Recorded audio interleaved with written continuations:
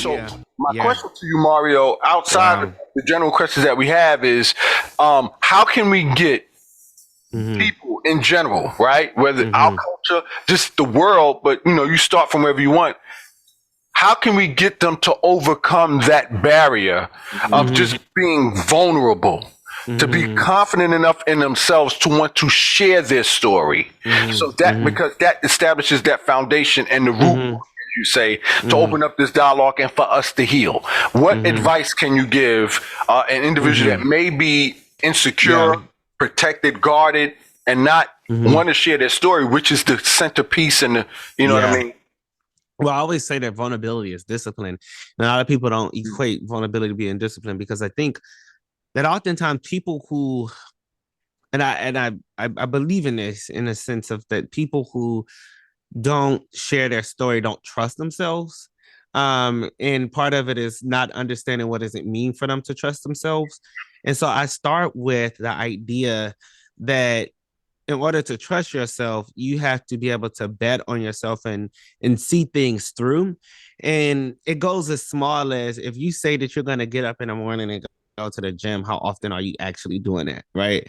And so it's the routine and the habits that you have. And so oftentimes we fail ourselves so much that we believe that people reflect the way that we treat ourselves.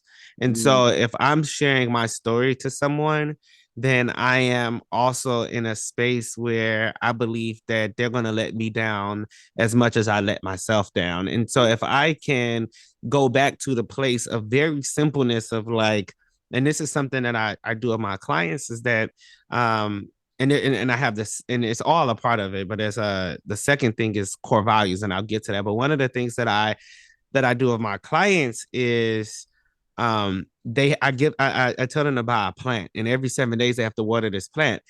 And one of the things that help them is that every 7 days they water the plant, and they see with this habit that this plant is growing, right? And so that's something that's very simple that like sometimes we don't recognize how our habits that are not physical help us to be able to grow. And so we need some physical representation of what habits help us to be able to do, right? So if I know that like every day I need to do this, I need to read at least a half an hour a day, I know that I'm growing, but sometimes we don't see that growth. And so I equate that to something as simple as this: build the habit of every 7 days you water this plant. And they're like, oh my God, my plant is growing. Okay, now let's build another habit. Now the other habit is now I'm going to journal at the end of the day, right? And it might take them 3 months to recognize the growth that they made. So that's why I always do a plant, because a plant, maybe in a month, you could see some growth in new leaves in a plant, but they don't necessarily see the new leaves within themselves.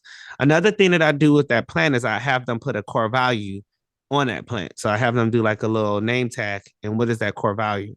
And in order to be able to tell your story, you also have to understand your boundaries. And your boundaries usually are your core values, right? So it's like I look at everything through the lens of creativity, love. Those are my top two core values, right? And so if I look at everything through the lens of creativity and love, then now I'm going to be able to recognize when I'm out of alignment of self, and that this person has disrespected, or I even disrespected my boundary of creativity, or I disrespected, or this person disrespected my boundary of love. And so now I create this perimeter of this is what I choose to do and this is what I choose not to do. And now that's a safe space for me to be able to share my story.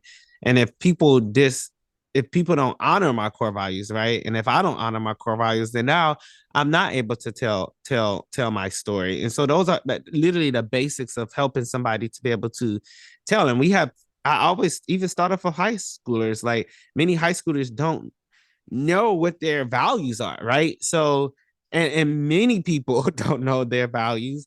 And so what ends up happening is that you choose to do any and everything in the world, right?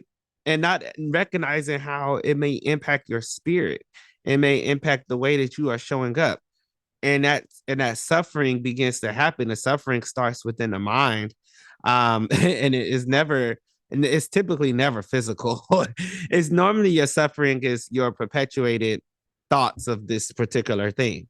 And it's usually because of a breach of a core value that you either was aware of or was not aware of.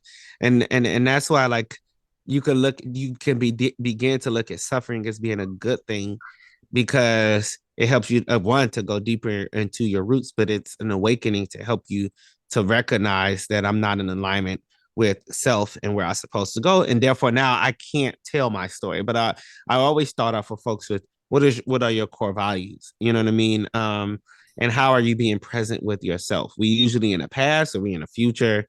Be present, be right now. And once you could trust yourself, you can begin to tell your story. But most people can't tell their story when they don't trust themselves.